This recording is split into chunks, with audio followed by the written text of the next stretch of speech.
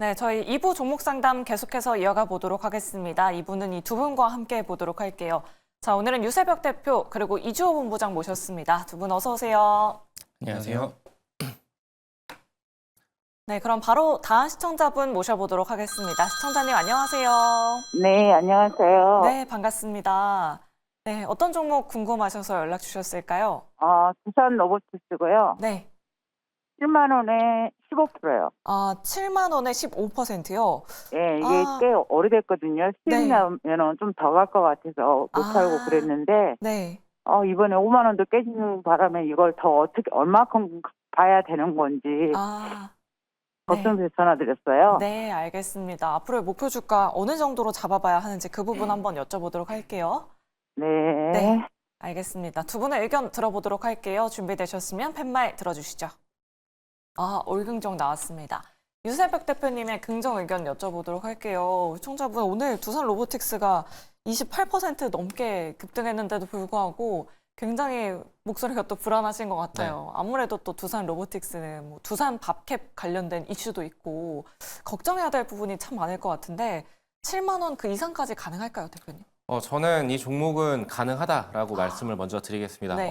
왜 그러냐라고 했었을 때 오늘 아무래도 로봇주가 굉장히 시장에서 그리고 뉴스에서도 굉장히 많이 들으셨을 거예요. 로봇 관련한 모멘텀들이 굉장히 특별하다라고 얘기가 나오고 있고 레인보우 소식이 붙어주면서 2년 전과 굉장히 흡사한 흐름들을 보여주고 있습니다. 거기에 추가적으로 1월 6일부터 이제 CES 관련해가지고 이제 모멘텀도 살아있는데 협동 로봇 시장 관련해가지고 우리나라 3대장 중에 하나입니다. 레인보우 로보틱스와 두산 로보틱스와 비상장 기업인 현대 로보틱스 자주 언급을 드리는 것 같은데 두산 로보틱스 같은 경우에는 본연의 가치를 봤었을 때만 하더라도 이 종목이 올해는 조금 실적이 좋아질 것이다라는 기대감은 있었지만 조금 저조했습니다.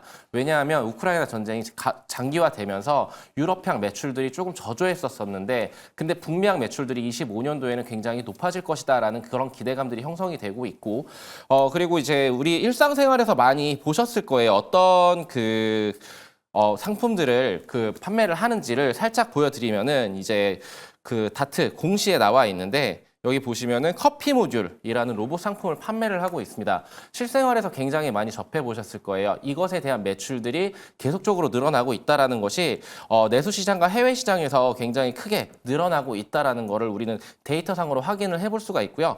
협동 로봇 시리즈 같은 경우에도 지금 북미향으로 매출이 만약에 25년도에 증가가 된다라면은 아무래도 멀티플 효과를 받아주면서 주가는 지금보다는 그 위에 상단으로 올라갈 수 있을 것이다라고 말씀을 좀 드리고 싶습니다.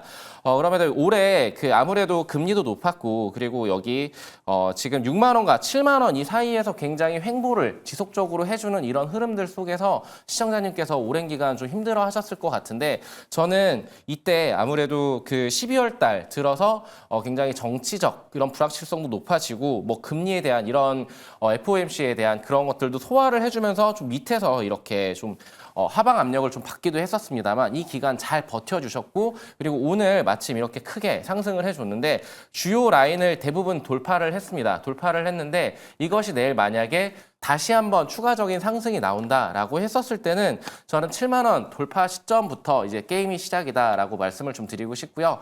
단기적인 이벤트가 있습니다. CES 관련해가지고 그때 계속적으로 외국인들의 그리고 기관들의 매수세가 들어와 주는지 이런 수급 현황들도 좀 확인을 해보시면 좋을 것 같다.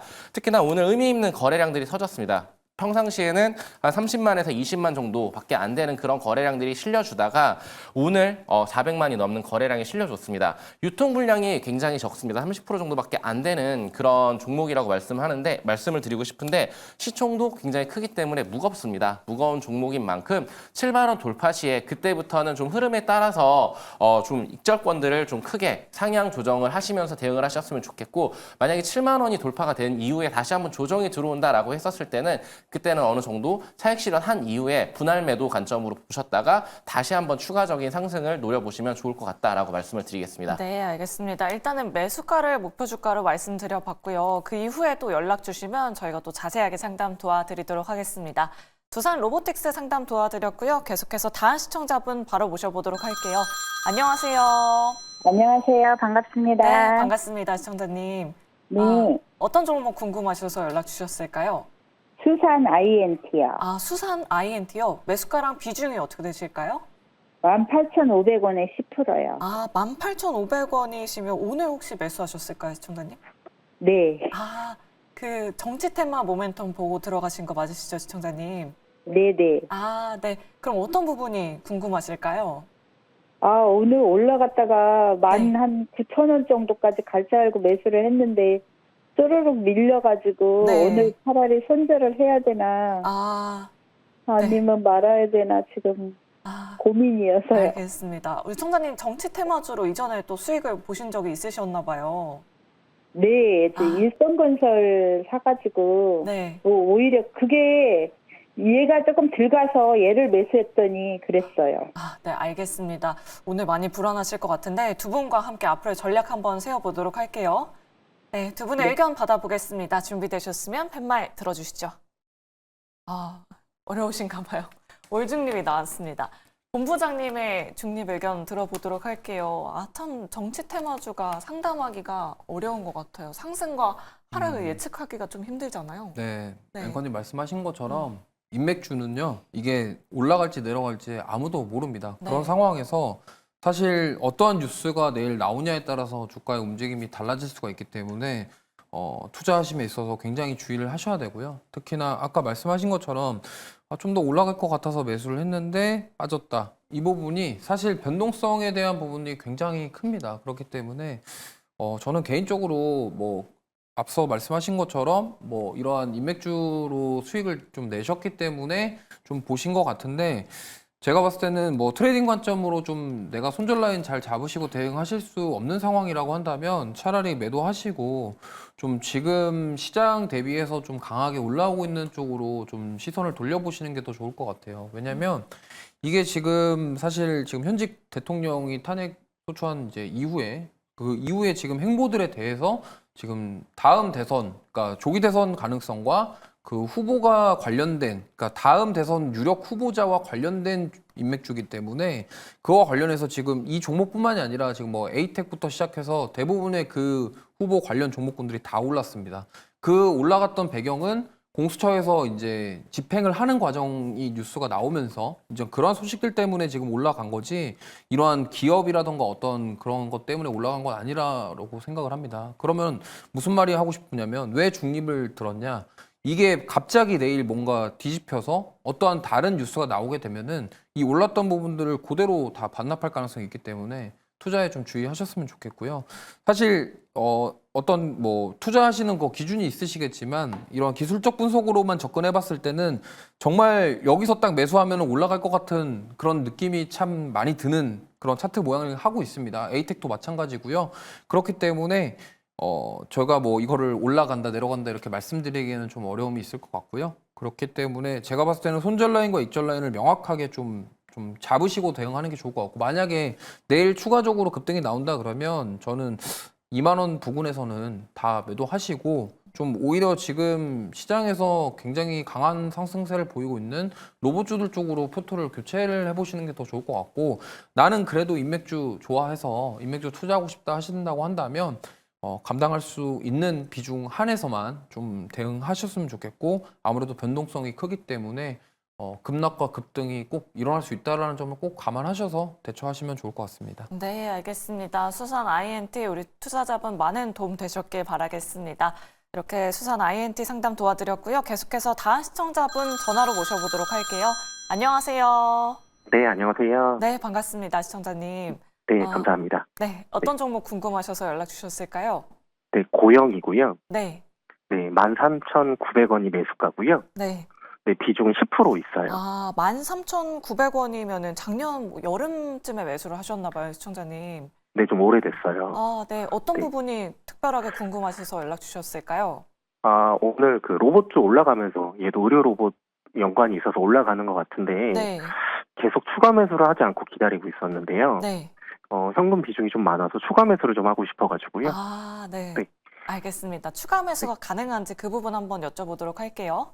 네, 네, 두 분의 의견 받아보겠습니다. 준비되셨으면 팻말 들어주시죠. 이번에도 어려우신가 봐요.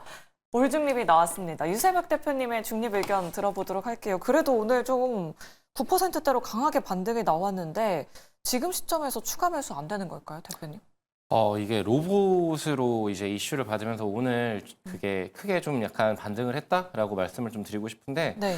근데 이제 이 사업 현황을 좀 보게 됐었을 때 이 반도체라던가 아니면 3D 정밀 관련해서 이렇게 개발을 하고 판매를 하는 그런 회사인데, 지금 너무 많이 주가가 많이 밀렸는데 여기가 바닥이 아닐 수도 있다라고 생각은 하고 있습니다만, 근데 저는 지금 매수가까지 가려고 한다 그러면 추가 매수를 지금 비중을 한 번 더 태우셔야 되는데, 저는 지금 현 시점은 아직 좀 이르다라고 말씀을 좀 드리고 싶고요. CES 이 이슈가 좀 지나가면서, 그리고 여기 이제 고영이 치고 올라갈 만한 이슈가 두 가지가 남아 있습니다. FDA 승인이라는 큰 관건이 남아 있고요. 그리고 우리나라 식약처 통과라는 이런 관건들이 남아 있는데, 리포트 자료를 참고해서 말씀을 좀 드려보도록 할게요. 지금 고영에서 지금 중점적으로 밀어붙이고 있는 로봇이 지금 뇌수술용 의료 로봇 카이메로라는 제품인데, 이 제품이 올 상반기, 그러니까 1분기 정도에 지금 FDA 승인을 기다리고 있다라는 이슈가 있습니다. 그리고 일본에서도 통과를 좀 기다리고 있는 상황이고요. 뇌수술 관련해가지고 미국과 일본에서 약 1,700 넘는 그런 뇌수술 병원이 있는데, 거기에 10대 내지는 5대, 미국은 10대, 그리고 일본에서는 5대 정도 판매를 예상하고 있다라고 하는데, 이런 것들이 통과가 되어야만 판매가 될 것이라고 보고 있습니다. 100만 달러 좀 비싼 제품이긴 하지만, 그러면 매출이 계속적으로 올라갈 것이라는 긍정적인 좀 시그널도 보여줄 수 있겠지만, 아직 통과가 되기 전이라는 말씀을 좀 드리고 싶고, 그리고 이제 디지털 엑스레이 같은 경우에는 우리나라 식약처가 2월경에 통과가 될 수도 있다. 그러니까 아직 통과가 된 것이 아닙니다. 제품은 만들어졌는데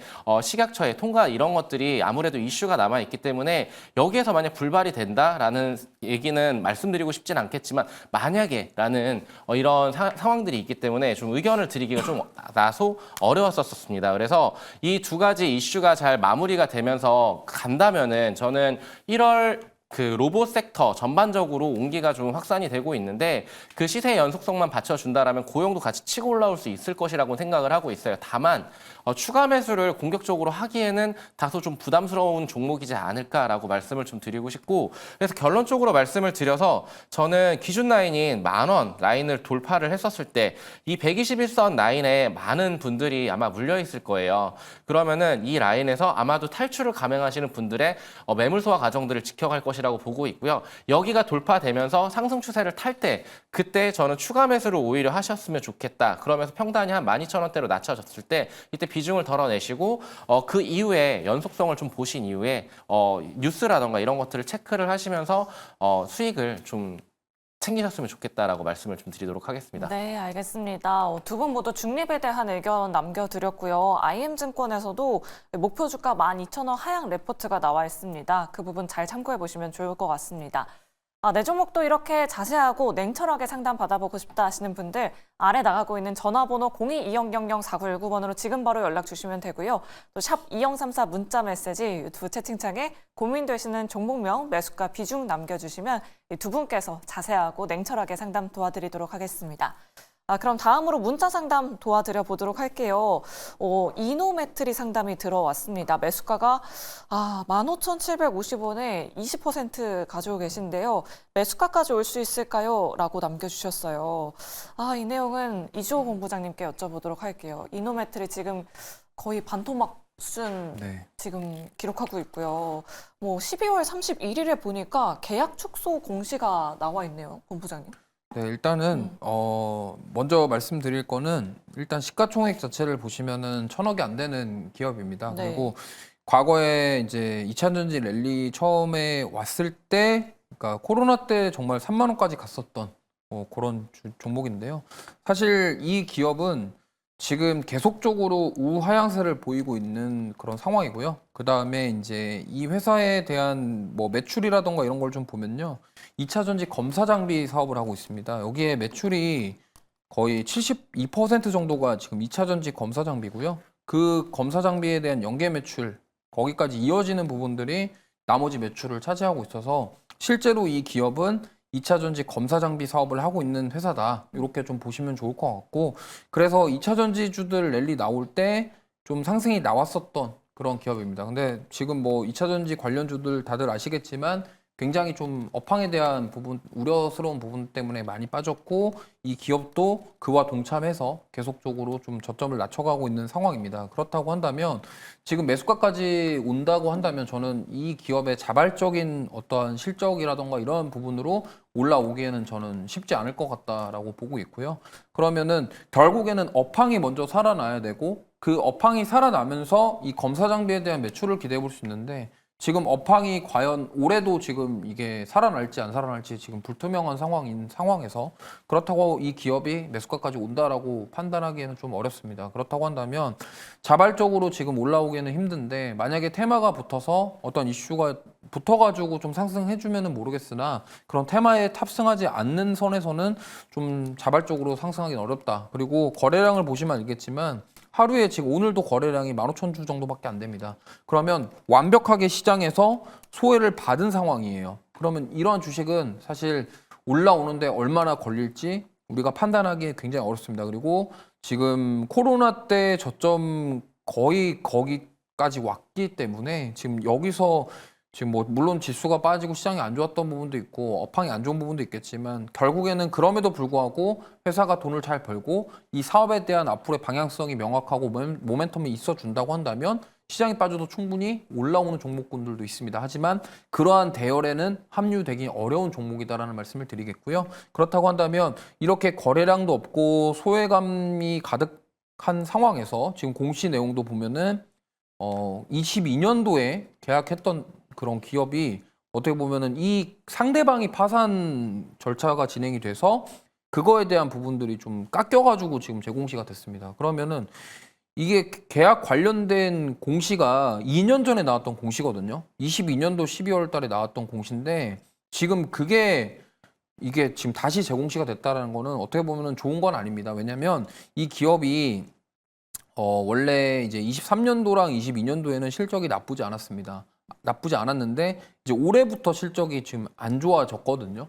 그리고 내년에도 안 좋을 것으로 예상이 되고 있고요. 그러다 보니까 물론 이제 회사가 뭐 적자를 보이고 뭐 돈을 아예 못 벌고 이런 기업은 아닙니다만, 근데 이러한 부분에서 과연 기업이 성장할 수 있을까에 대해서는 좀 의문이 드는 상황이에요. 그렇기 때문에 매수가까지는 올라오기는 좀 어렵다라고 보고 있고, 비중이 20%이기 때문에 만약에 좀 저는 어느 정도 반등이 나왔을 때 좀 손실을 감안하시더라도 최대한 뭐 만약에 반등이 세게 나온다 그러면 10,000원 언저리 9,000원에서 10,000원 사이에서는 좀 정리를 하고 차라리 다른 종목으로 교체하시는 게 더 좋다라는 말씀 드려보도록 하겠습니다. 네, 알겠습니다. 이노매트 좀 보수적인 의견 남겨드렸습니다. 10,000원 부근까지 슈팅이 나온다면 그때는 좀 비중을 확 줄여보자라는 의견 잘 참고해 보시길 바라겠습니다. 우리 청자님 힘내시길 바라겠고요. 다음으로 0274번님께서 네오셈을 가지고 계세요. 매수가가 11,600원에 비중은 30% 가지고 계십니다.